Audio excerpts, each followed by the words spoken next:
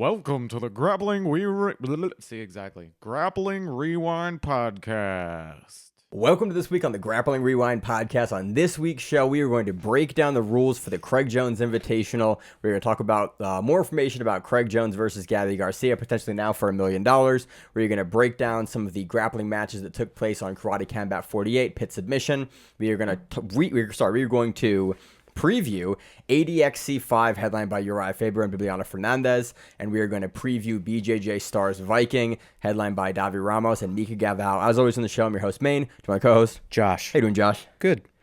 So where do you want to start? Oh, we have news this week. Do we? We do. We have news? Biggest news this week. We finally have our first dropout of CJI. What's his name? Didn't Bradley go over to CJI and then drop out of CJI? Adam Bradley? Didn't he get invited to ADCC and then he went to CJI and then he was out of CJI, or am I just misremembering? I do not know. Now I'm like, now my statement of the first dropout might be incorrect, but Mason Fowler's out. We're not quite sure why he's out. We assume it's injury. Craig said he's dead. And then given that it is Craig Jones, I was like, I don't need to verify this. And then I did a cursory search and went, I don't think he's actually dead, but I did check because I was like, Mason Fowler, are you dead? Because for $1 million, I'm like, that's like you're really injured or you got something major that's come up. He's a major, in my eyes, was a major front runner in the plus 80 kilogram division. Yeah. Absolutely. Like he was going to be up there with like Rodriguez and Hugo and like all of those guys. And so it was like, he was probably top 4 in my eyes in that division. Mm-hmm. It was like, so to have him out really kind of shakes the bracket up pretty greatly. I'd be interested to see who's going to replace him. That's my next question is like, do they get another wrestler? Do they get another big jiu-jitsu guy? Do they look at ADCC and go and do it again? Because that seems to be that they're doing most of the time. Is Gordon Ryan. That would be what. See, the funny thing is, like, I think Gordon on principle, like, because Gordon doesn't need the money. But I think it's like it would shock me, but it almost wouldn't surprise me if that makes any sense. Oh no, it would be a major thing if he jumped over and did that, especially when they're giving away his Miata as well. That's so funny. What if he wins his own Miata? Yeah, so the Miata thing is real. No, that's the thing. If you bought a ticket or you donate, you're entered in to win the Miata. You could potentially win a Miata, man. I'm looking forward to it. I bought a ticket. I'm excited to win a Miata and have to get it back from Vegas. I just bought a work truck like 2 days ago. I wonder if they would cover shipping. It could be like Craig, it's podcast guy. He'd be like, for you podcast guy, I'll cover. That's what he calls me whenever he sees me. He goes, podcast guy. I love that. So Joseph Chen, can we get some verification on that one? Yeah. So other news, basically this week came that I don't know how they put this in the news, really. Gabby Garcia and Craig Jones sat down with Renato Laranja, who I haven't seen in 4 or 5 years. Somebody posted on Reddit, it's like, this is kind of amazing that you're introducing a new generation of jiu-jitsu people to that character. But it was so weird because I haven't thought about him in years. Because he vanished, and then he's back, and it's great. Pretty fucking funny. This stupid. I hated the whole bit. I hated it. I wanted to hate it.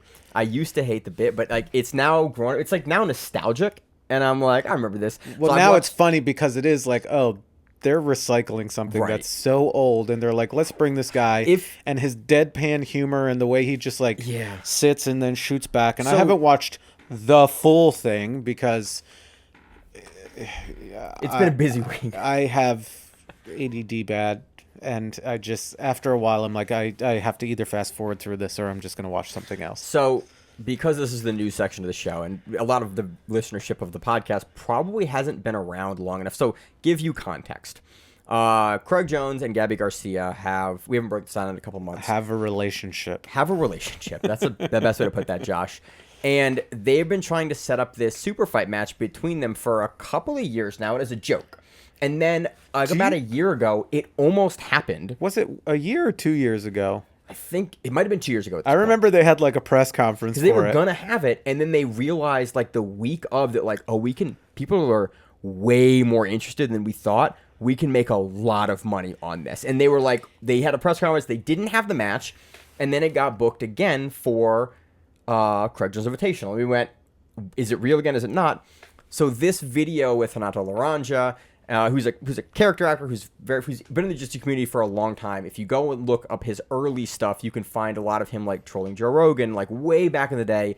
He's a 10th Planet guy, but he's got a really funny backstory that they've created for him with a lot of kind of older 27-time world champion. Yeah, and you ever see him with a belt on? He's got like 47 stripes on his belt, and it's a very funny character. But they had him as the guy basically mediating between Gabby Garcia and Craig Jones. Craig Jones got a Gabby Garcia tattoo, which Gabby Garcia like touched, was like, that's a real tattoo, and Craig was like, yeah, it is, like on his butt. And so the long and the short of this is this looks like a real match that is actually going to happen, and the stakes are now higher than they have ever been because two things are going to happen. One, if Craig wins by leg lock, he gets to do or have an exclusive something or another. Something on OnlyFans. And with Gabby. I don't know what that is. Not going to lie, Josh, I'm a little curious at this point. You're definitely going to subscribe. I'm like... Is it on hers? For hers. On the podcast, like, the podcast will pay for it. It's a business expense for the news segment of the show. Oh. God. If Gabby Garcia wins, Gabby Garcia got $180,000 for this match. If she wins, if she beats Craig Jones, she's going to get $1 million. I really like how Craig went, $1 million super fight. You want to take money away from charity, and she literally just went, yes. Yes, for the children. Yeah, it's a great segment. It looks like it's real. The event seems to have the money to be able to swing something like this. Craig seems to be able to put his money where his mouth is. So this could be a legitimate This tournament will be an abject failure if that match doesn't happen. I could care less about above 80, below 80, any of the super fights. If this match doesn't happen, it's a loss. So, yeah, I will be there. That's the other thing, too. They announced the times for it. Yeah. Like, so Friday, you don't have to worry about if you're in Vegas and you're trying to watch both of these and both trying ADCC to figure it out. And Craig Jones Invitational, they happen the same weekend. So Friday is the first day of CJI. Yeah. There's no interference with anything else. Saturday is the first day of ADCC, and the second day, the final day, right, of CJI. Craig was like, we're not going to start the final day until 5 p.m. Genius. It's not going to interfere with ADCC unless ADCC somehow runs real long, screws up and runs it really long. It was a bit long last time, but I appreciate if the times. I think also it's kind of funny. I thought about this after. I was like, I bet, because ADCC got a lot of kind of criticism last time from some of the live audience for they were 2 very long days. It was a 12-hour day and like a 16-hour day. They were very long days in the seats. And they made a lot of changes for how they did the seating. They now have like assigned seats, and they've made a lot of improvements since the last event. But it ran long, and that was one of the big criticisms. And Mo's made a lot of changes for how they're going to announce people, how they're going to do it, how they're going to streamline it. The addition of more mats for certain semifinals. Like, they're going to do some stuff to get it a little more viewer-friendly.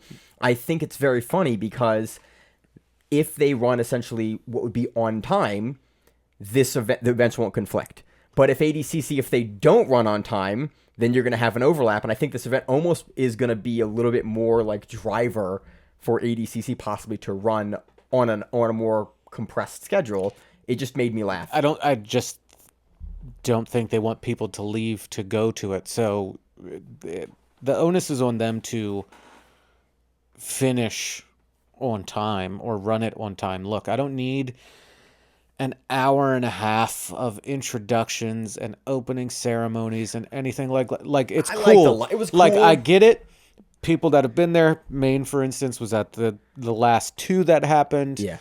But you saw the difference between like 2019 and 2022. Yeah. How things kind of got slowed down. Mm-hmm. Right. And I think that 2019, it was great as a first event that Mo is running in earnest. And it was like, it showcased, hey man, we can sell it on a venue, we can sell it on an arena, we can sell tickets, we can make it a production and a spectacle. That was phenomenal. I loved 2019. I love 2022 for different reasons, but they went overboard with the production, which I loved, and they hit all of those boxes, but they were a little more spread out than I liked. I think they can streamline the same thing. So here's my issue with it. It's cool. It's fine. You want to do those things? Great. It's not viewer friendly. Yeah. Period. Like, not for the people watching at home. Because you watch them both at home, and I watched them at home. I've been watching ADCC broadcasts since 2007. Budo videos. Like from Budo videos and stuff like that, and that random weird website when it was in China, in between like Flow and everything. There's no way like you can keep up that energy level live. And again, I can defer to you, but you sitting there for 12 hours, like that's a lot. I don't count, but everyone, you're weird. But everyone else was a little burned out. I was having a great time the entire time. Well, but I'm also again, I'm built different, Josh. So I'm not a good barometer for like, it was a good, man, ADCC, that thing runs 24 hours. I'll be like, I'll still be there. Everyone else will be like, I want to go home and be like, I'm having a great time. Like, that's me though. That is not. I am not reflective of the greater combat sports community. And here's the thing: like day one, there's obviously going to be more action because there's more matches. There's more people that can go on. But as you get on to the second day should not take as long as the first day. Well, does. I think it's reasonable for it to take a little longer because your finals matches are individual matches. I do not want to ever see a finals match run during another absolutely finals not. match. Yeah. But 66, 77, 88, 99, plus 99. Right now, under 55, above 55, and above, and the 65 for women's, right? It's 65, 65, but yeah. Oh, okay. Yeah. 55, 65, below 65, above 65. That's correct. And then My apologies. Gordon's 2 super fights. Okay. Fine. Day 2 is normally 2 semifinals and a final. Yep. A super fight. Yeah. Absolute. Oh, yeah, right. Absolute runs day 2. That's one thing that slows down. I think they're going to streamline Absolute as well. So hit those. Boom. You don't even have to have 2 mats running concurrently. You can. It might speed things up even more. Yeah. But, okay, so 2 matches, 66, 277, 288, just having 99, the guys on deck and running like just all day, ready like a regular to tournament. rock and roll. And I think they'll make those changes. Mo's talked about, and Seth has talked about making those changes, so I'm excited for it. We'll see. But I do appreciate, coming back to the news segment here, Right. I appreciate that Craig announced that basically the time frames Trying to not really not good, conflict with it. That's just going to burn your fan base. It's like, hey man, I'm there. I want to see both. Like I bought tickets to both. I want to see the finals of this, but also this is still part of day 1 to see what's going on. Or again, you might not. You might just sit in one of the arenas and watch the other one on your phone. Which is, if there is going to be an overlap, like, absolutely, we're doing that. I've got a data plan that can support that. It's unlimited. So that's the news for the week. I don't think there's any other big news other than that kind of development for CJI that now potentially if Gabby Garcia wins, she's going to get $1 million, which is a public purse that I do not think will be matched for a very long time. And maybe next week, Josh. Okay. But yeah, I got no other news. You have any other news this week, Josh? Maine got his black belt last week, but you guys talked about that. We did talk about that. You've been doing this show with me for many years. You got a night.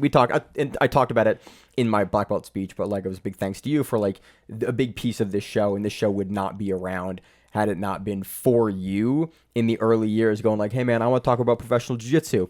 I don't really know much about professional jiu-jitsu. You do. And you were like, let's do it. Essentially is the long and the short of the story. And then we have run this show. Maine knows way more than I do. Yeah, but teamwork. We got there by teamwork, and like now we both work together and educate each other. But it's been fun. It's been a super fun ride. We've been running this show since I was a purple belt, since you were a brown belt. Now we're both black belts. Tail end of brown belt, yeah. Yeah. That's super neat. That like it's just neat to like how things come full circle if you just keep training and keep enjoying your training. Are we technically like the longest running one now? Oh yeah. I mean, as far as professional news, like jiu-jitsu related podcasts, yeah, by far. Like there's like, a couple of that were running, but now all of them are either defunct. Yeah, I checked as an exercise like I think about 3 months ago. Yeah, last of the guys. But let's move on to the show, the actual piece that most folk listen to.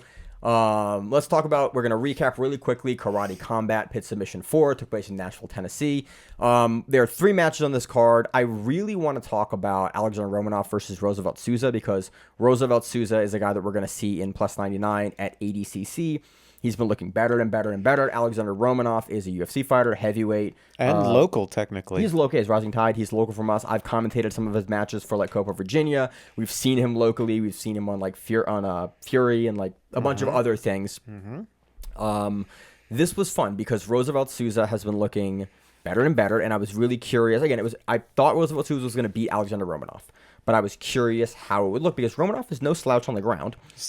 Almost 300 pounds as well. And can move weirdly quick for a guy of that size. Yeah. Like, I watched him in the air foot sweep a guy out of midair once, and I was like, ooh, that is astonishing to watch a 300-pound man be able to do that. Like, it was like, ooh, scary fast for scary big. Roosevelt Souza did kind of what I thought he would do here. Played Punch guard. the underhook. Yeah, hard. Yeah, he's like, hey, Alexander Romanov. And Alexander Romanov was maintaining a lot of distance in the match, in the pit. Most of this match, kind of contrary to the 2 other matches that we're going to talk about that were the grappling matches on pit submission, this was mostly in the center of the pit, of the alley, as they call it, I think. Whereas the other matches were mostly on the... The pit is Karate Combat. The alley is CJI. Oh, okay. That's...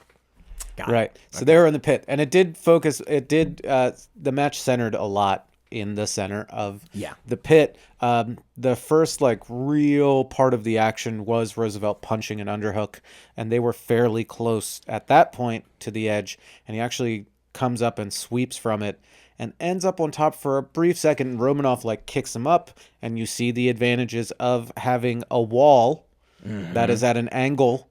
You can use it to not get swept. Yeah.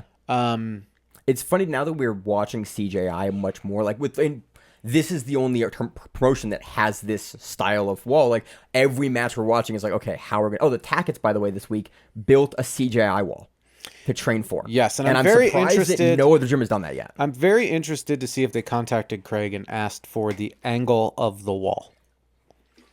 Because Josh and I were speculating. Maine and I were talking about the overall angle and the different planes of wish we had combat.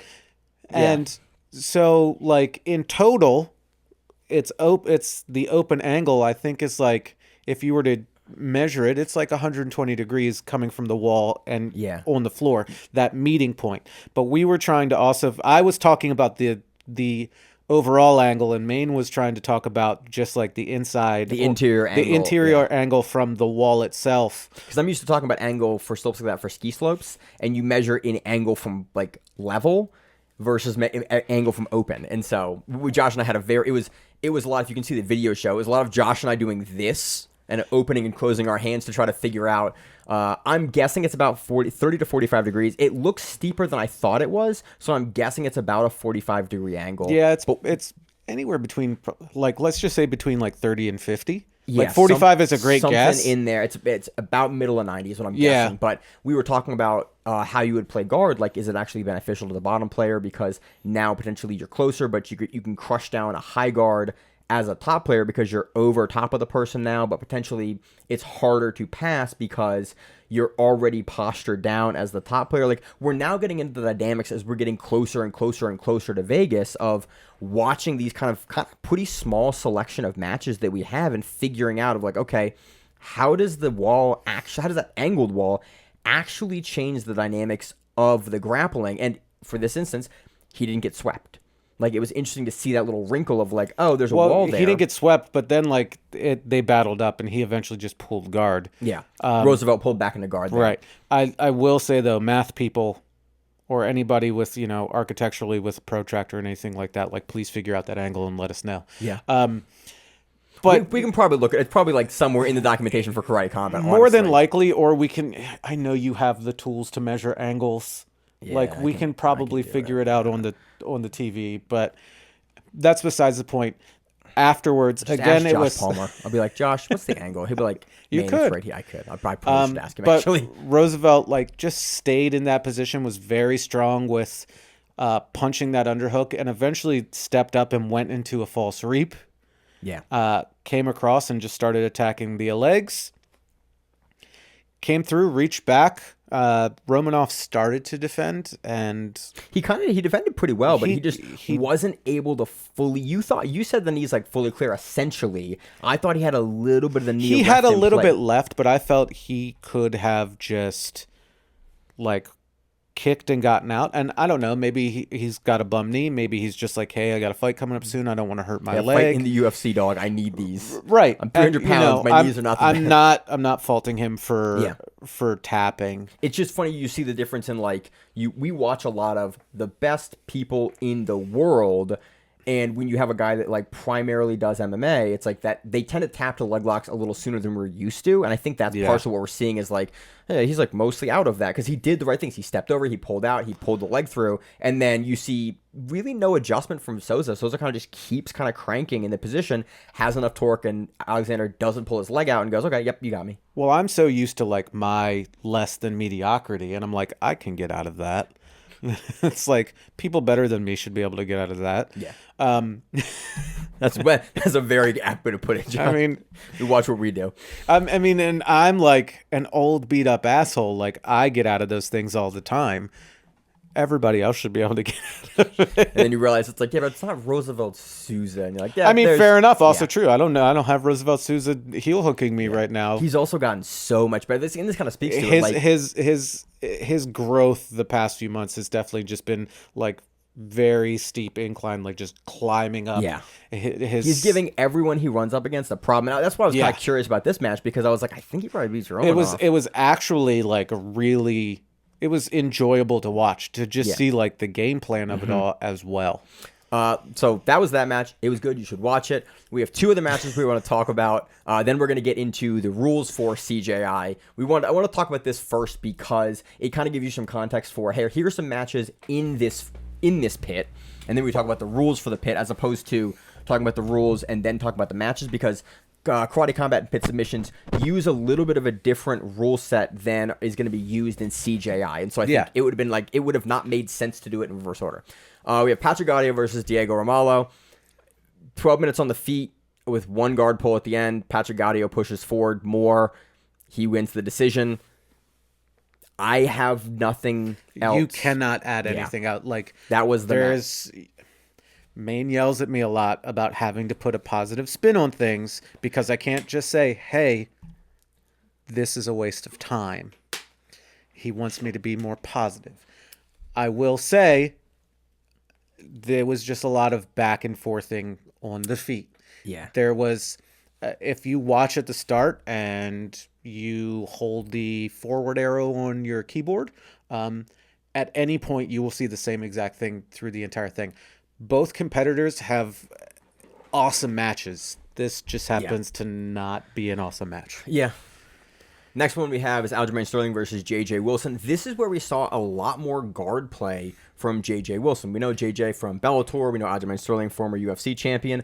Wildest thing happened. So Josh and I are rewatching this, and I'd watched it the first time muted because I just want to watch it, and I do that a lot of times. We watch a lot of stuff muted. We watch a lot of stuff muted for years. And Josh and I were watching it with audio, and we listen to the commentary, and then at one point we hear what sounds like a phone call. We're kind of talking to each other while we're watching it, like to break down what we're talking about to bring it on the show, and we hear a phone call, and we're like, what is going on? And Josh looks at me and goes, that's Sean O'Malley. And we back at him like, they have Sean O'Malley talking on the broadcast during this via phone. I was like, that is the funniest thing that has happened other than Gabby Garcia and Craig Jones. That's the second funniest thing that's happened all week is that they had Sean O'Malley basically live commentating. Sean O'Malley was talking shit on Aljamain Sterling. As he does, which is he was like, that's what he's like, oh, they were talking about how good his grappling was. And Sean was like, yeah, that's why I knock him out. Because I don't want to deal with that. It's a very funny, like, little moment. It's just a random thing where it's like, hey, I'm going to get in contact. And we weren't fully paying attention enough to see we were mostly watching how the action. That conversation started. Yeah. But I'm like, is Maine on the phone? And then Maine's like, is that a phone call? And I was like, oh, yeah, it is. We have to. That's Sean and he's O'Malley. like, there's a phone call on a live broadcast. Like, And both of our heads probably went, that's super unprofessional, until we realized it's somebody calling in, and that somebody has to be someone of stature and state. It has to be. And then it's shot him out, and you're like, I would definitely take that phone call. I would take that phone call and do exactly that. Hold him up to the mic exactly like they did. I would do that exact same thing on a professional broadcast. So we saw J.J. Wilson here playing a lot of guard, playing a lot of high guard. We saw some good passing from Sterling. We saw some good passing attempts from Sterling in the beginning. Correct. Yeah. J.J., if it was just judged on that time frame and it was like we have to pick a winner, I think J.J. would have won. He had the guillotine attempt. He was more active. He was working around. Aljamain wasn't doing a whole lot. And then it was more active than we have seen. Like Aljamain had more bursts of activity than we have seen in some of his recent matches, which I appreciate. Correct. So I don't want to default him too much. Like this was he was moving forward, he was pressuring. He was trying to do his thing, but it wasn't like, you know, he would have got hit with the stalling calls via ADCC. Probably, yeah.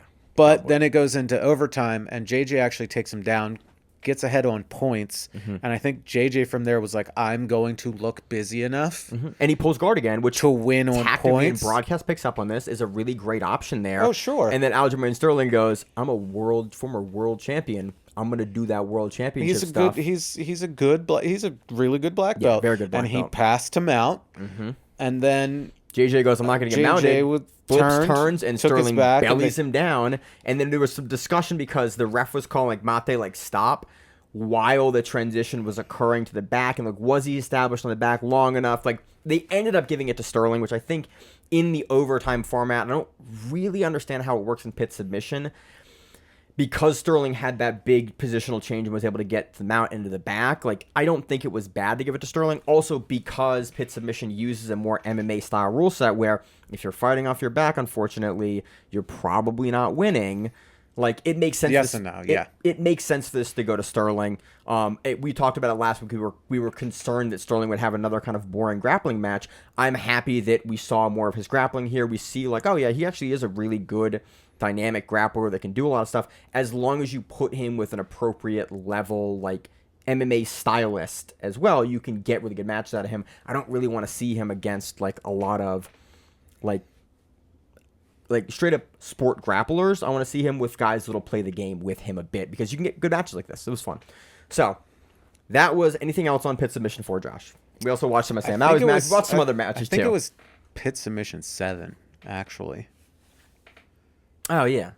I don't know why you have the 4 there, and you've been saying that. Because I carried it over from last week's notes, and we had it in last week's notes, and last week's notes weren't right. So that's why. Okay. So let's move on to the CJI.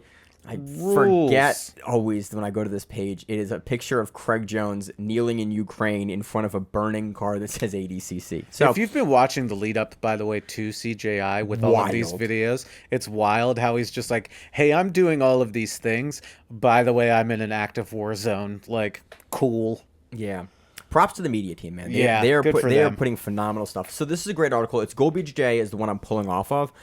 It summarizes pretty much everything you would need to know. GoldBJJ.com, blogs, it's the Rules, Craig Jones Invitational. It has CJI versus ADCC athlete pay. They're talking about the divisional pay. We've kind of talked about this. Right before the tournament, we'll probably do a week of like just breaking down some of these things for the two divisions. That's basically, in 3 weeks, right? Oh, snap. That's coming up soon. I forgot that's so soon. I got to get ready to pack and stuff. All the stuff we're bringing. Can you find it all? No, I just moved. I don't know where anything is. I can't find like a phone charger right now. It's a problem. That's gonna be such a pain. You're gonna be doing a whole lot of recording also while you're out there. It's gonna be a problem. You might want to start that now. Yeah. You're welcome. So let's talk about. I have like an existential crisis just now, Josh. So ADCC first place for your division is 10,000. Second place is 5,000. Third place is 3,000. Fourth place is 1,000. Women's divisions now are on par with the men's divisions for pay. Used to be 6, 3, 2, 1. Yep, but now they've changed it, which I love. Super Fight was 40,000 for the winner, 10,000 for the loser. They've also changed that too. We're not exactly certain what that is, but we know it's been changed. CJI, because of that, pays 10,001 for your show fee. If you just show up, you make your weight. It's $1 more than winning your division. That's how they have lured a lot of big talent. Also, the men's division winners, which there are 2, over 80 kilograms and under 80 kilograms, it's $1 million purse, which is a phenomenal sum of money for any sport, especially jiu-jitsu, when the biggest purses we've had are like Spider at 100,000. I aspire to be as petty as Craig Jones. It's wild, man. Like, I love it. I think it's great. All the stuff he's doing. He's charity, the whole shebangle, all that stuff. But man, just to be like, To here, live life like that. be like, oh, you guys pay out $10,001 to the winner of or $10,000 to the winner of your divisions. Show up and I'll give you $10,001. Yeah. So let's run through the rules, because we finally have, and I love that we actually have official rules prior to an event. More organizations kind of need to do this. It's not infrequent that They need to be clear, yeah, and well stated, and not made up on the spot, and not saying things like. Let's move on. Josh, did I tell you about what happened at the Virginia Open? You did not. No. Want to say it for the outro? No. All right. Okay, black belt, black rash guard, right? Yep. All right, so I got the custom ones where it was black except for the sleeves. That are approved, that we have gotten approved for our affiliation The association. sleeves were red. Yep, as is approved, as we have gotten approved. Wrong. They were like, it's not black enough. It has to be 90% black. And I was like, the sleeves and the writing are what is red. And you're telling me this isn't 90% black? You're a big dude, Josh. You got a lot of body. And they The were rest like, of it's black. They were like, nope. I had to literally run and go buy a rash guard. And that's why I don't And have- mind you, that's what I don't do anymore. mind you, this was black and white. It was definitely not 90% black. It was like a splash of black and white. And I was like, hey, is this cool? And they were like, yeah, it's great. And I was like, you guys suck so much. And that's why I don't do them. So let's talk about organizations that don't suck. Let's talk about Craig Jones Invitational. For the regular, we're going to go into detail. If you are not into rules like I am, you might be a section you want to skip through. Just but bypass it. We'll run it through. So we're going to read through what Gold BJJ has, because this is what we understand to be correct. I appreciate that they have this all listed out, because as a spectator and as someone who's going to break down these matches, I now know what the criteria is that I'm looking for athletes to be doing. Y'all like MMA? There are the rounds. Yeah, okay. So regular time rules, it is 3 rounds of 5 minutes with a 1 minute rest between rounds. That's all of the matches except for the finals. Yeah. Which are different. Which would be 5 rounds of 5 minutes. Right. Plus 5 minutes of overtime. If needed. Right. 1 minute rest between all. So that's how the regular point structure. It's just like ADXC. It's just like ACBJJ. It's similar to AIGA. Like, a couple organizations use this rule set. We're not the biggest fans of the rounds for jiu-jitsu, but enough organizations use it. Wrestling uses it. We have some wrestlers in this tournament. Wrestling doesn't use 3 5-minute rounds. Not 5, but the breaks. If you watch MMA, this should look very, very similar. It's MMA style rules. Yes. Legal techniques, basically everything, twister, full Nelson, can opener, leg locks, ankle locks. You can't do the hand close on the windpipe, but you can't do it anywhere. You can do a full Nelson, which is crazy. I love it. Slamming. So it's ADCC rules for slamming. You can only slam if you are locked into a submission. If you slam the person and they've let go of the sub and you slam them, it's illegal. It's DQ. So exactly like ADCC rules, where they have to be in the sub and it has to be a legitimate submission before you can slam. If you've watched ADCC, it's the same exact thing pretty much as that. The next one is interesting because it says no spiking, which is fine. I'm all for it. Good rule. I'm interested to know that, let's say you're caught in an arm bar, right? Mm-hmm. And it's out, and you lift them up to slam them, and they're holding on. And you slam them on the ground, and their head smacks on the mat. Yeah. Okay. Are you? So I can give you the full breakdown of this. So the rule for that. So a spike is something being intentionally driven down, targeting the head. A slam is a drive down with non-intentional target. So you ideally with a slam, you slam them to the back or to the shoulders or something like that. If you target the head, if you move them over to then drive down and target the head, that is a spike. So it's an intentional target of the head. So like if you if somebody does like a mat return or just does a big lift and turns them and they happen to smack their head on the ground, it wasn't intentional. Usually the rule for that is it's an arcing motion. So that's and they use as an arcing motion like a pile driver. There's no arc to it. Right. It's a straight motion. It's a straight spike. You're not able to do it. But like a suplex, like a German suplex or a 5-point throw over the head, you can land them on their head, but there's an arc motion there. It is a mat return. It is a legal slam in that situation. I wanted to clarify that one. So that is my understanding when I've gone through like ADCC's referees and rules courses. I've done that a couple of times when I've asked and done other rules and seminars and questions. That has always been my understanding when I've done MMA courses. Like that has been my understanding of how that rule has been explained to me, and I have communicated that to people when I have judged and refed. The rest of the illegal techniques are fairly obvious. The normal ones. Eye gouging, fish hooking, striking, grabbing of the ears, hair pulling. Not grabbing less than 4 fingers or toes, thumbing, scratching, pinching, I think it's funny. biting, It's 4 fingers, squeezing. not 3 fingers. Some organizations use 3, some use 4. Most of the time, from what I remember, Nowadays it's 4. it's 4. Yeah. No knees or elbows to the face. No greasing. I understand knees to the face. That's pretty. But what do they mean by elbows? Like, what happens if you're?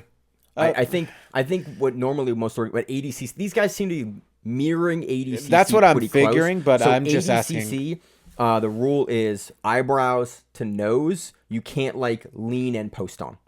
You've got to be off of the eyes and the orbitals and those bones. Which, the more you think about it, is like, okay, that's reasonable. Like I can't elbow post on a guy's nose bridge like from top position. Like you got to move it to 4. You got to move it. You can't. Okay. Like, you can go jaw. You can go side of the head, but you can't post on the square. Okay, so you can't post at all right here. I think you can move them. You can't like. So that's not specified, and it says no knees or elbows. So what happens if you're just forearming in that same space?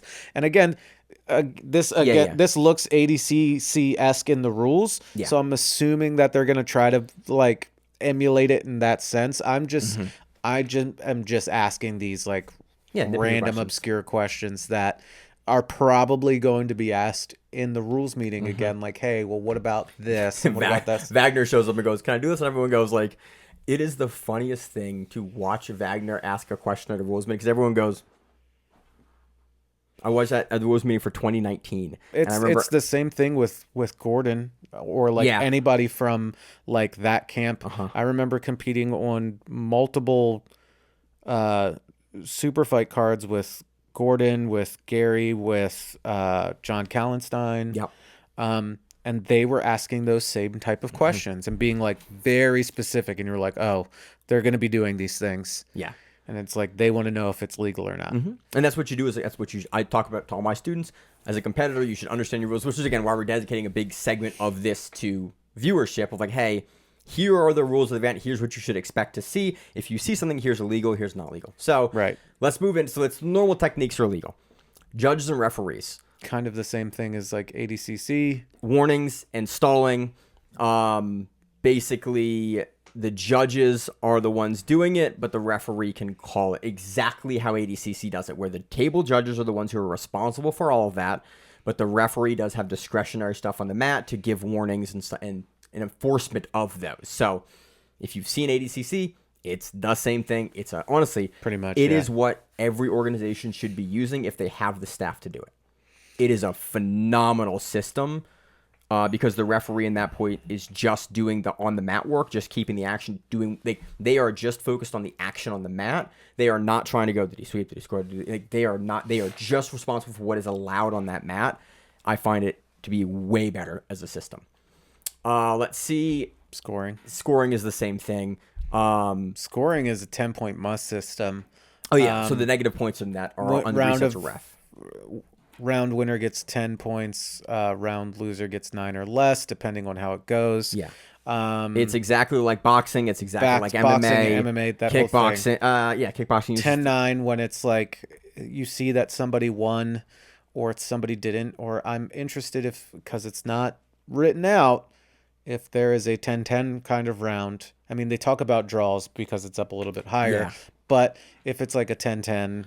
So typically in U.S. combat sports, 10-10s are super rare. I'm aware of that. Yeah, They and have you see them occasionally nowadays. Right. But they're really rare, and a lot of judges and commissions specifically instruct their judges to not score 10-10s because it causes a lot of draws, and it's like you should be able to determine like who was kind of edging them out. I think they have their place, but usually most rule systems do not address 10-10 in verbiage. So 10, like one athlete round is going to end if you have 3 rounds, 10-9, 10-8. 10-9 the one who here. seems like they're winning will get the 10 points. Yeah. If you're beating a guy up a little bit more, it's 10-8. And if you're absolutely thrashing somebody and you just can't finish them, 10-7. Yeah, essentially. Like it's the modern MMA scoring applied to this. But what I love for judging criteria is they're using the ADCC similar judging criteria, where initiation of action is the highest thing. Like who is doing the takedowns, who is doing the guard passes, the submissions, the sweeps, one is starting the action. So if you've ever been to an ADCC rules meeting, this is the biggest thing that whenever I have trained like secondaries for ADCC or like dealt with refereeing for ADCC, whenever you have someone that is used to doing other organizations, the way you score and judge an ADCC match is very, very different. So I'm appreciating that CJI is using the same thing because a lot of these athletes at the top level are used to this style of scoring. IBJJF scores like who is doing the position. ADCC scores who initiated that sequence. So even if you sort of lose a sequence or kind of could go either way, the person who started that, like, hey, if I shoot for a takedown and then drive and do something and you sprawl and then get up and then maybe you counter takedown me, I will probably get the judge's favor, the award for that because that sequence would not have happened had I not initiated it. Yes, but I think when you start to look at it as an overall rule setting, like where it says positional control, let's say you initiated the action. Yes, that starts to tick the 10-9 into your favor. Yeah. But you've created that scramble and everything, and then it eventually gets countered and you get taken down. The initiation is a point towards you, but the bigger point, especially if they take you down and start to control the factor, also as well as dynamic action, takedowns, you're going to have those 2 ticks on your side, on the other person's side, so they will then be in the lead. Yeah. I understand like the criteria, it's like the highest is the ranking of it, but if you have more dynamic action and more control, like it's going to outweigh the secondary initiation. criteria are close submissions and dynamic action. Like, are you doing more? Are you, even if you're not getting anything done, you're doing stuff, which I think kind of is initiation. Like you're the one doing something. Right. And then as a third criteria, positional control and dominant control. Like if I'm camping a guy inside control for a while and not a lot else is happening, even if the other guy initiated that position, if I can dominate that position for a long period of time, it may sway the match to my favor. Yes and no, because it's brought up in penalties for stalling. Like you can get called, and we'll move on to penalties. You can get called for stalling from anywhere, which is kind of how it great. Should be, because especially I love the way the ADCC does it. Like the winning guy will be the guy that receives penalties quicker for stalling, because like, hey man, you're winning, you're up on points or position or whatever, you need to be the one pushing the action because you are winning. Like we expect you to keep progressing that. I think it's one thing I love that we've started to see kind of bleed into other rules of like, oh right, because IBGF does the opposite, where it's like you're winning, stall all you want, like you're good to go. A lot of other organizations, there's more time in between to where you can get hit with it. Have gone like, hey, the winning guy should be doing jiu-jitsu more because he's winning, and they went, oh yeah, so they do what ADCC does. Very similar to here. A lot of that stuff, if you've seen it before in ADCC and the opens or ADCC itself, like a lot of it is just going to carry over. And if they're smart, which I'm assuming that they are, is going to get explained a lot during the broadcast. Yeah. Awesome. And they have experienced broadcasters. Think Brian McCaffrey. I think Brendan McCaffrey? Yeah, what'd I say? Brian. That's not what I meant. Yeah. Brandon McCaffrey. I was like, there's a Brian McCaffrey too? Brandon McCaffrey. Brendan, I think is it Brandon or Brendan? I think it's Brandon. I think Howell's on there as well, who always brings a super high level of comedy. They do Aiga together when they're great on Aiga, and they always bring a super like good level of explaining what's going on, explaining the position. Like I really like them as a commentary team for those events, so it'd be cool to have them on CJI. Same thing for stalling. Any position, passivity. Like if you're not doing anything, and the referee is the one that's calling that, and the referee, because again they are maintaining the action. I think that's good. And then. You can't run away from guard pulling. Thank God they addressed it. You can't like just back up away from it. Hopefully they have like a certain rule, kind of like wrestling, like how many steps backwards before they call you for it. This is also pretty interesting. There's one thing where if any part of an athlete's back is touching the ground for more than 3 seconds without any connection to the opponent. So you can't have the guys that are like, "Come at me, bro." You can't naked guard pull, essentially. Get in my guard. Yeah.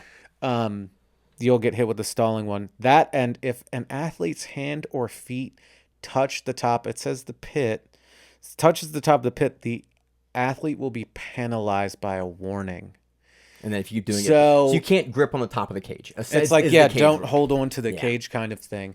But it's top of the pit wall. I'm interested to see if somebody actually tries to do that with their feet, because that's quite a dexterous move that you're going to be doing if you're doing that. I mean, that's an Ethan Carlson kind of thing, but he's an ADCC. Unless they're like getting walked up that angle, and they end up with their feet like up at the top of it, as opposed to like how Craig walked up the pit wall a little bit and then did the jumping triangle off of it. But if they get like walked up, I don't think that should happen to anybody. But if they get walked up and their feet touch, like for $1 million, a lot of stuff's gonna happen, Josh. Oh, some wild shit's gonna happen. So yeah, I don't know. It's an interesting rule. It's one of those I think that it's gonna be to referee discretion. Like if you're hanging on it with your foot or something like that, it's gonna count. But if they're like touching it. It's again, this is the first one. We don't know anything. I expect it is the Wild West. I expect absolute chaos in the best possible way. Yeah. Like I don't want it to be a shit show in the sense of like I don't want this to be Firefest. Yeah.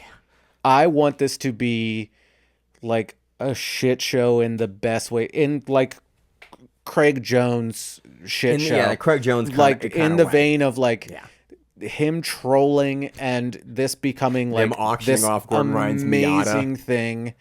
You know, then we move into like there's additional like how they call point deductions and penalties, injuries, point deductions, like just general stuff. A lot of edge case stuff. A lot of MMA style like point deduction. It's pretty much pulled from MMA on that stuff. I like because ADCC and MMA have like very established long histories of here's how we do it. Here the edge case. They kind of have taken care of a lot of the edge case and weirdness. Like there's a rule in place for it. Just take from what is already working well and effectively in other sports and other organizations and bring it to your organization. So that's generally what all the rule is. You can also be Majid Hage and wear a t-shirt. They literally have it specifically in the Gold BJ has a specific text from Seth Pazinski to Majid. Not Pazinski. What is it? Belslaw? I can never pronounce Seth's last name. I see it and they just clam up. I'm like, Seth. So I'm just, I'm amused at the whole thing. I am also hoping for singlets from the wrestlers. They're going to wear singlets. I'm hoping. Daniel Klaverka is definitely going to wear it. I am hoping somebody does pull like a Shanji or a Solo and has a gi top on. You know it's not going to happen. It'd be awesome. I'm very interested to see if it happens. It would be cool. And I'm also interested to see if somebody pulls a Dennis Hallman and just competes in a Speedo. Training mask. So that does it for the rules section, which is my favorite piece of this podcast occasionally, that we only get to do occasionally, John. Everyone's like, why do you? It's like, I have a bunch of comments every time we do like a rules segment from people like, that was really tough to listen to. I had to skip. Other people like, that was amazing. I loved it. And it's such a funny dichotomy of the listener base of like, people really enjoy it. If you're a weirdo, you probably like the rules part of these podcasts. I love the rules parts, Josh. So let's move out of the rules piece. Let's talk about, really quickly, ADXC 5, which is headlined by Uriah Faber and Bibiana Fernandez. We're seeing Uriah do more jiu-jitsu. We saw him, was it a combat jiu-jitsu match with Glover? I don't know, but I will impart another personal story about Uriah Faber. Okay. When I went to the ADCC trials at the Arnold Expo, let's see, I had kids. I want to say like 07? no. 12, 2000, like the 12 I think it was for on 13. Arnold. I can't remember, Yeah. but Uriah Faber was there, and I think he was getting close to being done with fighting completely. Mentally, he was like, I'm getting close. But he was like, yeah, I'm He thinking fought about for like I'm 10 more going to- years. I know. I mean, he fought for like 10 plus more years. He fought for a long time, but he's like, yeah, I'm probably going to be doing more of these grappling things once like I'm done. Like, it seems super interesting. So it's really cool that he had said that however many years 12 ago. years ago at this point. And then was like, and now is like following through with it. Yeah, that is he's cool. staying with it. He's still got his gym, but he's just like punching through, and he's like, all right, I'm going to keep doing these things and have fun. The only problem with that is he's doing it against Bibiano Fernandez. So, Josh, we have not talked about Bibiano in a Is he couple of done years. fighting? I think so, yeah. Dude was, man, like early 10s, like 2010, like going Yeah, through, probably around then. was a monster. Did these guys have a fight? No, two different weight classes. I think Bibby's not really cutting because Bibby did 35. like 35. Okay, yeah. Yeah, he was 35 okay. because Uriah was 35. he went eventually. After the Jose Aldo fight for WSC, he went to 35, didn't he? I think for a little bit, but he was originally 45. Yeah. Bibby was Cruz 35. Cruz was bantamweight. Yeah, Then he they- came back. Cruz fought Faber, WEC 145, ended up going down to 35. And But he fought Mighty Mouse at 35 in WC. Whatever. It's regardless. I don't think they've crossed. I thought they had crossed paths. They probably didn't. But Bibby was 35. Mighty Mouse was 25. They were teammates, and like they Yeah. both had. Was it Dream or was it another? They're a bunch. They've both held titles in a bunch of stuff, but think they maybe it would was like. Dream. It might have been. But that would have been like 2010. Yeah, like that time frame, he Yeah. was just crushing dudes. He's an amazing jiu-jitsu athlete. He's a great fighter. So this will be an interesting clash. Uriah Faber is not normally the bigger guy in his matches. I have a feeling he's going to be the bigger guy both in height and in weight Yeah, I think so here. Yeah. in this match, but it'll be really interesting. I'll give Faber a tiny edge in the wrestling. Bibby's wrestling is actually good. Yeah. On the ground, Bibby moves a lot. But Uriah's really good at control. Has He very, is. very good top position in like wrestling control, hips down. This is an interesting match, like that I actually want to see. Yeah, Like, this is something that like I'm interested because these are guys that I remember watching, like coming up or being the champions of things like in the early 2010s. You know, I was already a few years into jiu-jitsu and I was like, this is awesome. Yeah, Uriah was one of the earlier guys that I really latched onto as well because he was like, he's a small guy, but really good as well. I could do that. Yeah, except for I he mean, I was like the size of a refrigerator because he was just Yeah. him and Chad Mendez, who's So, also on this do card. you have a pick for this one? For the Bibiano Fernandez Uriah Faber? Because I honestly have no. You're gonna pick Bibby. Bibby. Yeah. I mean, you can go with Faber if you're feeling it. Really just don't have a good. I don't have a good option. I don't have a good way. I think this will be Uriah on top. I think it'll be Bibiano on the bottom. But he moves, like you said, he moves a lot. Like he's active. Can Uriah be able to hold him down and pressure him in the ADXC rule set, or is Fernandez going to be able to like get something going, get him moving? Like how much? Like what kind of shape is Uriah in? He's probably in really Bibby good shape. still training with Mighty Mouse? Because if that's the Right. case, like he's constantly got a training partner that is just going to Move like dog nobody him else. or Yeah. try to dog him. I'm still gonna go with Bibby. Okay, I'll just go with your pick then, Josh. I can't make a good pick. here. I tend to be wrong. So Next it's fine. one, which is actually a really interesting matchup, we have Chad Mendez versus Kevin Lee. Beefy Chad Mendez at 170 pounds. 170, which is probably closer to what he walked. No, he But walked. again, another dude I think that he is walked just at like 168, is thick. and then he's retired, gone to bare knuckle, and got big. Like Chad Mendez was big as a juicy. 45er. He was juicy as a 45er, and then went to bare knuckle, and it was like, oh, Chad Mendes got even bigger. Chonky, thick. Kevin Lee was a 55er, moved up to 170, fought for the UFC interim title. He's a slimmer 170. Like, yeah, Mendes he's the guy that made is a fire hydrant. 45er. Yeah. He's a fire hydrant just in general. Yeah, no, that's the best way. So Chad Mendes has phenomenal wrestling. Kevin Lee is no slouch wrestler either. Like, it's going to be a wrestling thing. Kevin, I think, is a little bit more slick on the ground. But Mendes is just eating good. Yeah. And probably lifting weights and training. This one, I don't know. I could see. I would lean Mendes here because I'm just so much more comfortable with Mendes' game on. I know what he's going to want to do on the ground. Like, it's also just going to want to purely on the ground. grappling. So that's the thing. Like, both of them I've seen kind of slow down when everything is mixed in. Mm-hmm. But this is just purely grappling. So this will be. Yeah, this is one of those, like, I've watched almost every Chad Mendes fight. I've watched probably almost every Kevin Lee fight. I've definitely watched all their fights in the UFC and post-UFC. So, like, I know what they're going to do on the ground, but it's really, I've seen Chad Mendes in, like, one sport grappling match because he was on Team WEC, I think, wasn't he, for Fight Pass Invitational, like the first one or something? Was he on that team? Maybe. I can't remember. But I know what Chad Mendes is going to do. I know where he kind of wants to put the fight. Kevin Lee, I know they both want to kind of have a wrestling match. It's, can Chad Mendes push Kevin Lee around at 170? And that's my question of, like, because Kevin Lee is the bigger guy. He fought in bigger weight classes. I'll give it that. I think it's going to be very, very collar tie forward pressure. I am curious if who will have gas late, I think will be who takes this. Is really, like, who is just going to... Mendes sometimes can slow down in later rounds, but again, so can Kevin Lee. So it's like, this is also a super hard one to pick.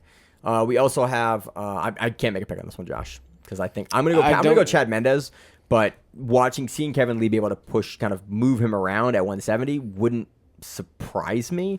Also, seeing Chad Mendes cutting to make 170 wouldn't surprise me either. Sorry, I was looking up Heyron Gracie, making sure it was the right one that I was thinking about. Next one I want to talk about is, I want to talk about, you want to talk about this one first, or want to talk about Ruan Alvarenga and AJ Agazarm? You can talk about whomever. So I want to talk about Ruan Alvarenga and AJ Agazarm at 155. This legitimately could be a really, really good match because Agazarm, like, Ruan Alvarenga is going to come out super strong with the wrestling. He's very quick. He's very dynamic. He's going to be a similar size to AJ. AJ's cutting pretty hard. I mean, he's posting that he's cutting pretty hard. Agazarm is just so frustrating for everyone to deal with. Like, you got to choke him unconscious. You never have an easy AJ Agazarm match. Like, there's never, like, unless you're Max Jimenez, because they keep matching those two guys up in IBJJF, which is like, because there's 100-pound because he keeps entering like super heavy, and they keep giving him Max Jimenez. Like, why do you guys keep doing that to him? But if you look at Agazarm in, like, all his ADC matches, he's a dog. Even ADCC 2022, like, he's just in it. Because he does trials, like, he's just in it. At no point does someone, like, unless you, like, flash sub him with, like, a heel hook or something like that, like, he doesn't tap to those. No, but, like, he's just hard to deal with. He's a dog, but he's getting a little older. He's getting a little slower. Like, again. Dog, but again, you saw him. He got caught by. I'm trying to come up with the two. I can't get it. You know who I'm talking about from Standard. DeAndre. Yes, thank you. Yeah, that's what it was. You saw him get caught and he got put to sleep. I mean, I remember. Again, going back, between the brown belt Kumite with Lloyd at TLI, with all of those, like, big up and coming, because AJ brown was belts, wasn't he? AJ, like Gary Tonin, Keenan, Sean Roberts, like a whole bunch of guys from Europe. Yep. That and seeing AJ versus Gary Tonin at Nogi Pans when they were both brown belts, and Gary putting him to sleep in like a minute and a half, and it's like, that guy won't tap unless he just won't tap, and you have to put him out. And again, you saw it with DeAndre. And what's funny is he's gone out so much, and you see it in the DeAndre match where he's out. He gets put out. He's like, let go. DeAndre gets up, and within like 2 seconds, he's like, I'm back up. And he's like, I definitely went out. And he's just like, yep, okay, I know I lost. This is such a weird match because this will be a match that I think Ruan can beat AJ Agazarm. But AJ is just he's such a crafty veteran that I could see him being able to game this and figure out a way where he's like, oh, Ruan's going to do this, plan around it, and then just give him problems and win versus Alvarenga. I think Alvarenga is going to like lay his chips down so hard, he's going to be able to get something going with Agazarm. Are you trying to say that Agazarm's a dog? I'm trying to say that I think Ruan will come in with a game plan designed to be able to beat AJ. I think Alvarenga is going to get his back, and I think he's going to choke him unconscious because AJ won't tap. Not because like the squeeze is just so amazing. I just think AJ will try to fight and then just go to sleep. Yeah. I think Ruan takes this. I do as well. Think he takes it by sub, but I think at one point he'll at least be chasing Agazarm's back. I think Agazarm is probably better by sub. Okay. I think he chokes him unconscious. This is legitimately like a fun match though, because both these guys are good. You have kind of Ruan coming up and like really making a name for himself the last couple of years, and Agazarm been to a bunch of ADCCs, medaled, silver medals versus Cobrinha, like very good. Anything else here you want to break down on these? I mean, again, still other interesting matches. Hayram Gracie versus Marcos Carrozino, Pedro Romalo versus Max Lindblad, Felipe Berzera versus Vladimir Bilium. That's a heavyweight matchup. Yeah. So it's going to be interesting. I know there's more than just those six matches. We just pulled the main card right there. There's going to be like 900 other matches that are on there. I think you go to the site, you can find it. It's like $5. Yeah, like chump change in the scheme of things. Yeah, for that our favorite Chad Mendez, Ron Alvarenga, it's like in Kevin, like that's worth $5. Yeah, for sure. That is very much worth that match. Like, just about that match. The price of 2 $5. Slurpees. Yeah. Slurpee aficionado, Maine Miller. Yeah. Shamrock Shake, baby. So that's happening on August 2nd. They're both delicious beverages. So moving on, we are going to preview BJJ Stars Vikings. I love that BJJ Stars has like a different theming for all of them. Why is it Vikings? Why is it not Tommy Langacker? I'm just saying. It's Vikings and you don't have Tommy Langacker. I was mad about it last week. There's I was mad about it all week. There's no like anybody where it's like Vikings. It's a different theme. They had War like a couple times ago. Like, I appreciate that BJJ Stars is doing something with the theming, and they're running with it. You're like, it's Vikings. I want to know like who sat down and they were like, okay, this is what this season is going to be called, or this Vikings. Let's do it. Vikings. I love it. So, are they going to come in on ships? Dude, are they going to have their face painted? The production is always fun. So we talked about it last time. There will probably be a U.S. English broadcast, and there will be a Portuguese broadcast. English commentary has been really good. They do it in like a separate room. It's normally they've been changing it around, but it's last time Gilpin. I remember Gilpin was on it last time. Oh, was it? Yeah. Last time I remember it was Highwell. Yeah, well, he's not with Flow anymore. So, but he's been on Flow broadcasts, so it might be an outside thing. But they usually have these as a Flow team doing the secondary broadcast. But fair enough. Regardless, the U.S. broadcast is usually pretty good. The problem is, the switching between the two is not good. Has not historically been good, and so you miss out on like all the interstitials and like all the dancing and singing. Like you miss on all the other spectacle that is BJJ Stars. But the U.S. commentary is really good. Every time I'm like, I need to learn Portuguese. And look, pick up enough Spanish to like extrapolate it over. But listen to enough. I did listen to enough jiu-jitsu to where you can start picking these things up. Yeah. Like, I don't speak it, but I can understand it enough to get a basic understanding of what is going on in said match and what each coach wants each person to do. And I explained that to you at that one Fight to Win where it was yeah. Oh, I can't. You remember it was like the black belt like female, one of the main events of that card. Yeah. but I was like, oh, this is what's going to happen. She should be doing this next. And they're asking her to do that. And those things happened. Yeah. And I'm like, I don't even speak the language. I just listen to it enough because I'm a dork. So, main eventing BJJ Stars Vikings is Davi Ramos and Mika Galvao. Fire. This is going to be good. Mika takes this. Davi is phenomenal. I love Davi Ramos. But it's not saying he's not that good. He's gotten older. Mika Galvao is so good and he's so young. He's like 20. He's like 20. Every time I think about him, I'm like, he's only like 17. Dude, I remember seeing him when he was 13. We all remember because we saw the video of him as a blue belt clowning on black belts, and we were like, "Those aren't good black belts." And then you realize you're like, "They might have been good black belts." Exactly. And then you're like, "Mika Galvao," and then we saw a purple belt, and brown belt, and black belt. And I remember when we started talking about him on the show when he was like purple brown. Yep. What was it? I can't remember the event, but he had gone again. I think Jay Rodriguez was also in the same event, and they were just going through, and we're talking, and we're like, they're interviewing Mika Galvao. They're about to pull out the translator. And then he just busted out English, and we were like, man, his English is really good. I remember that the first time we heard him an interview when he was younger, and it was like, oh, he speaks English. That's neat. Well. Yeah. Yeah, dude's a monster. I think he subs Davi Ramos. I 100% agree with you. You think it's an armbar or a choke? I like Davi Ramos, but it's like a choke. You think he gets his back or triangles? I think he takes his back. Yeah. And again, I also very much so enjoy Davi Ramos. Again, remember watching him flying armbar Lucas Lepre in ADCC, like seeing him GSP watching him. Or Lucas Lepre? Or both? Lucas Lepre. It was Lepre. Okay. Yeah. I also remember his flying armbar GSP? Oh, that was I don't even remember. I thought that was Ramos too. I don't think so. Different era. Yes. 07, I think. Something. Okay. He was in trials and didn't win trials and then got invited and lost in like the first or second round. Yeah.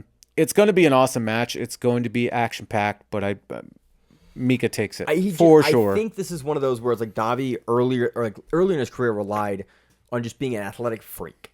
And he could just do things, and Mika is what Davi Ramos in his prime was, but now in modern, you're like, cool, you have all of those freak attributes, and now you have like you're at the top of the modern game. Davi Ramos is gonna be able to contend in this match, but I think Mika Galvao is going to be able to counter something that Ramos does on the feet and be able to turn it into a back take and be able to turn it all the way into a sub from the back. Did it say what weight it was at? No, did not. I bet you it's at 185. That wouldn't surprise me. What size is Ramos? Somewhere in there. Okay. So next match we have Francisco Lowe versus Tynan Dalpra. Rematch in the gi. Mm-hmm. This is the. Are they going to disqualify him? I forgot. I was like, rematch. Yeah. This is. Dude, I think Dalpra's going to come out and be mad as hell. Let's give you context. At the Worlds, Tynan Dalpra was scheduled to win. Not scheduled to win is the right word, but like everyone was like, yeah, Tynan Dalpra's going to take his division. He didn't. He lost to Jansen Gomez last year. That's some old shit. He's going to come in. He's not going to lose Jansen Gomez again. And then he gets disqualified. We've talked about this ad nauseum with the Worlds that happened. There's a position that the AOJ guys like to do, and it's the way that they trap the leg, and they force you to basically either give your back up to get boloed or to blow your knee out. And IBJJF historically didn't call it. It's in Rule Edition 5.2. It is picture number 19. I love that. Everyone online says it's picture 18. It's picture 19. It's burned into Maine's brain. Yeah. So, because I pulled the rule book and I downloaded the PDF to my phone again. I don't think he did the illegal technique technically. I think it was. I think it was close and it was up to interpretation. I think it's a dumb rule. It's a dumb rule. It's very dumb. I also believe that Francisco Lowe is the worst actor ever. For somebody who blew out his knee, then immediately came back and had another bunch of matches. Well, and then in the finals, Jackson, the guy, kicked his knee out, which was kind that also happened, which was brutal. And it was just like, everyone kind of went, you get. So this is a rematch. Tynan takes it. Tynan should take this. I'm just wondering if he does it angrily. I think he does it super angrily. his world's win taken away for disqualification. I think he is probably upset. I don't know if we've seen an upset Daupre in the gi. I am very curious how it's going to look, but he was on his way to like giving Francisco Lowe some problems in their match. And Francisco Lowe is phenomenal, a world-class level guy as well. You don't make it to the world finals in the gi without. He's a good competitor, but he's done that before. Yeah, he's done that before as well. This is Tynan. This is a chip 100%. On the shoulder. Or Francisco Lowe changes his game significantly and like troubles him, but I do not think that'll happen. I think Tynan is one of the best gi competitors in the world. One of the best gi, I will say it. One of the best gi competitors we've ever seen. That I don't agree with, but not yet. Seen. But the he longevity, is, as of right now, like he is one of the best ski competitors in the world right now. Mm-hmm. Of that we've seen in general, I've seen a lot of people compete in the gi, but who knows? I think he can eventually become that. Mm-hmm. Like I'm not downplaying his skill at all. I think the kid's a monster. Tynan takes it. Yeah, you think he subs him? Yes, 100%. I think he does whatever he has to do. I think it's either he's going to take the back. I think it's going to be some sort of loop choke or bow and arrow choke. He's going to bow and arrow him. Yeah, or a variation of it. Mm-hmm. Next match we have Anderson Muniz versus Felipe Andrew, also in the gi. Interesting because Felipe Andrew has been going lighter, mm-hmm. and Anderson Muniz is heavy. I want to say he's he's heavier. I hate that IBJ has everything as like heavy, medium heavy, super ultra heavy. It's like heavy. It's like I think he's either a super heavyweight or an ultra heavyweight, mm-hmm. but the dude can move. Like he plays a lot of lapel guards as well. This is a gi match. His brother. Yeah, both of them. All three of them do actually. Mm-hmm. It'll be interesting. I'm leaning towards Anderson. I think competition-wise, he's a slightly better competitor. The question is, who pulls? Anderson. He will pull first, okay. 100%. Yeah, and then he's going to pull Felipe into his game. Yes. And be able to tie him up again. Yeah, I think I'm going Anderson, but like Felipe is amazing. He's got that lightning fast triangle. He's also got really good, like he's got other really good subs. So he's got lightning fast toe holds. We've seen him do a bunch of things that a whole bunch of stuff. Yeah, for sure. I remember his third coast grappling stuff when he was on that. The Kumite, it was just like he hit just lightning fast subs. We kind of keyed onto it then of like, man, he just has really. Yeah, I know what you're gonna say. The year that Keenan was projected to win like everything, and he triangled 20 euros. Yeah, that was the last competition we had before everything shut down, and he triangled Keenan, and everyone was like, Keenan hadn't tapped in forever since Gordon, and it was like, oh snap, he just triangled Keenan. I don't think he had like tapped like ever in the gi. Maybe that's a long time. I think it was like purple. I think it was like purple. It was. I don't even remember if it was anybody at purple. He tapped the meow or the meow tapped him. He tapped one of the meows once, but they had so many matches. Yeah, that's what it was. I always forget which way that went. But so, regardless, this will be fun. I think we're going to see a lot more gi play here from Muniz. And he's going to look to entangle Felipe Andrew. I think Felipe Andrew is going to struggle with the passing because Anderson is just so good at wrapping him up. We saw a weird match between him and his brother in the finals. I think it's going to look... It wasn't real. Yeah, I think it's going to look similar. Next match, we have Pedro Mayo versus Andy Murasaki in the gi. Murasaki been looking big as shit. I'm going to say his weight goes like up and down. Last year he was at like medium heavy, and this year he was in lightweight. Dude, he looks diesel. I do not know how this one's going to go. Murasaki, the reason why he's not like world champion and not like more medals is because of Mika Galvao. That's the reason why he is not as decorated is because of Mika Galvao. Yeah. You got like he's got a lot of second places to Mika because of Mika. And don't get me wrong, Murasaki's still very decorated, but he could be more if he didn't have Mika Galvao in his division. It's always weird when you have a guy like that. You're just like, oh, you're like the absolutely guy, and then you have like the guy that you can't beat. Yes. It's crazy. So, I think Murasaki takes this. Pedro Maia is good, but I just think Murasaki, again, he's been on this roll where he's everybody not named Mika Galvao, he's just taking it too. Mm-hmm. You go back and watch the Worlds and the Pans. That was a close match, by the way, at Worlds. It wasn't like he got blown out of the water, but other matches he had, but also he's been up on Mika as well on points before. For sure. Next match. This is the one I'm second or third most excited about. Felipe Machado versus Diego Hayes, Baby Shark. No-gi. Felipe Machado has been looking really, really good recently. Baby Shark came back on Who's Number One. Looked phenomenal. Looked great.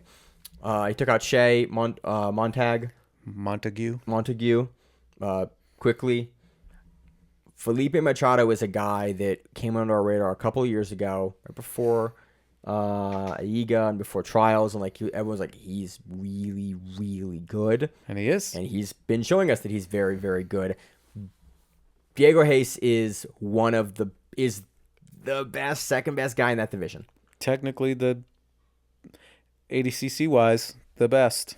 Yeah, the best at under 66. I think Diego Hayes takes this. I think these guys have had matches against each other before. I think Diego takes it, but it's going to be a barn burner. Yeah, I think this would be super nice pace. I think we're going to see... actually, both these guys play a lot of guard. I think it's just going to be a barn burner. Yeah, I think we'll see a lot of positional changes here. I think this will be a lot of fun. I am amped for this one. I think Diego takes this, but I think it's a lot of fun. Next one, we have Lucas Barbosa, the Hulk, versus Sasaki Bahens. I don't know what Hulk looks like recently in jiu-jitsu. That's my biggest X factor here. Is I just don't know. He's opening up his own school. But that's been open for a while now. It's been open for a couple of years, but it's he's been going back to MMA. He had the PFL fight. It's just how much is he focusing on jiu-jitsu versus Sasaki, who's just doing jiu-jitsu. Focusing on jiu-jitsu. That's my concern. Yes, but again, I think age plays a factor in it, and Sasaki is great competitor, but he's been doing it for a while now at this point. So is Hulk. Yes. Yeah. So they're going to be I think they're just going to be slamming into each other, and it's just going to be that one mistake that turns the tide of the entire match. But saying that, I'm going Hulk. I think it's Hulk that wins it. I'm going Hulk here. Hulk at BJJ Stars tends to show up. Except against Mika Galvao. But he didn't look bad. He didn't look bad. He didn't look bad. Yeah. But it's Mika Galvao. It's Mika Galvao. What do you want from him? At BJJ Stars, I've been really impressed with a bunch of Hulk's performances. For sure. He won a sleep. Who does that?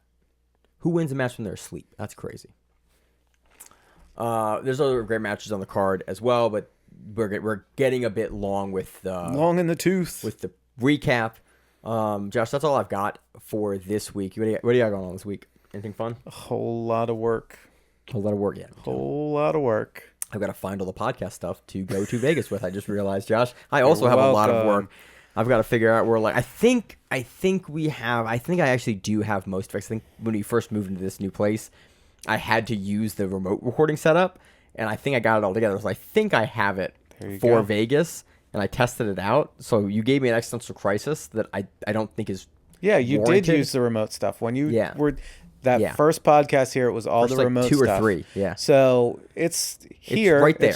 Actually, there you go. There it is. So I think we're good.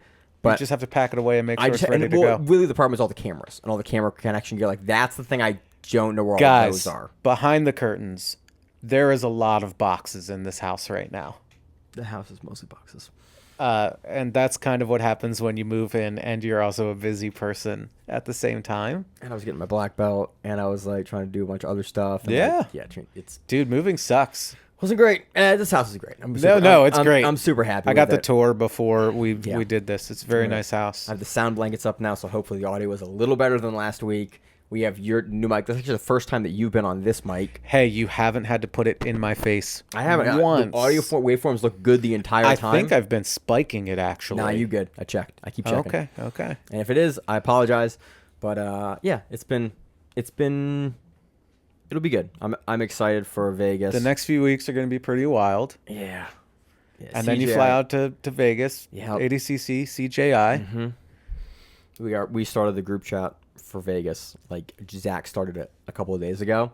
It immediately went off the rails, and I'm like, I'm excited to go with the team. What did you expect? Like coordination, like, hey guys, we're at this hotel with this. Then it immediately wasn't that. Dude, you already know. I do know that. You already know. You barely keep it together in the Grappling Rewind chat. Yeah. You normally have to like dad it and be like, can we not talk about this subject right now? It's not really as pertinent to jiu-jitsu. Let's keep it jiu-jitsu-y. And we're like, fine, Dad. If it has nothing to do with that other than, hey, we're traveling to this debaucherous place, like... It'll be a fun couple of podcasts. It's going to be a shit show. By the way, the Olympics are on. Watch judo, watch wrestling. Oh, yeah, those things happen. Judo's already started. I think it's almost over. Look... But wrestling needs to happen when ADCC doesn't happen because then we can cover it. We're not covering ADCC years. Watch it. It's very interesting. Yeah. I've been watching a lot of... International Judo is always really a lot of fun. I'm watching a lot of wrestling. Yeah, I need to watch more wrestling because there's way more crossover between the sports and watching skill sets. All the stuff from like Fargo that just happened and getting ready for that Who's Number One with a whole bunch of other people in that. So it's pretty... Is Dorian on that? Dorian Oliveras? I do not know, actually. No, I'm really curious to see, like, because he shows up, like, we have seen so little from Dorian Oliveras. Like, he shows up, and we see him, like, a couple of times since he won trials. If I'm not mistaken, and this is secondhand, barely paying attention to the conversation, I think not at Fargo, but another big wrestling tournament, he got, like, beat in one of the earlier rounds. Interesting. But I'm not 100% sure, so I can't say like, oh, yeah, this is what happened. Okay. But I was pretty sure I heard that, but who knows? Yeah. It'll be fun. So I got nothing else. You got anything else going on? Nope. All right. As always on the show, I'm your host, Maine, to my co-host, Josh. And we have the Grappling Rewind, so that what it is. Stay safe. If you like the show, please consider sharing it on Facebook with the folks at your gym. It's the best way that we grow the show, and we really appreciate it. You can reach out to us on email. We also have Instagram. We have Facebook. We have Twitter, we have Google+. Until that shuts down. We have a website. If you have an event you would like to have us cover, please let us know. If you have a name, like most people do, and you'd like to have us stop butchering it, let us know. Reach out to us. The show is also available on YouTube, Spotify, in addition to iTunes and every other podcast service. We very much appreciate your time, and thank you.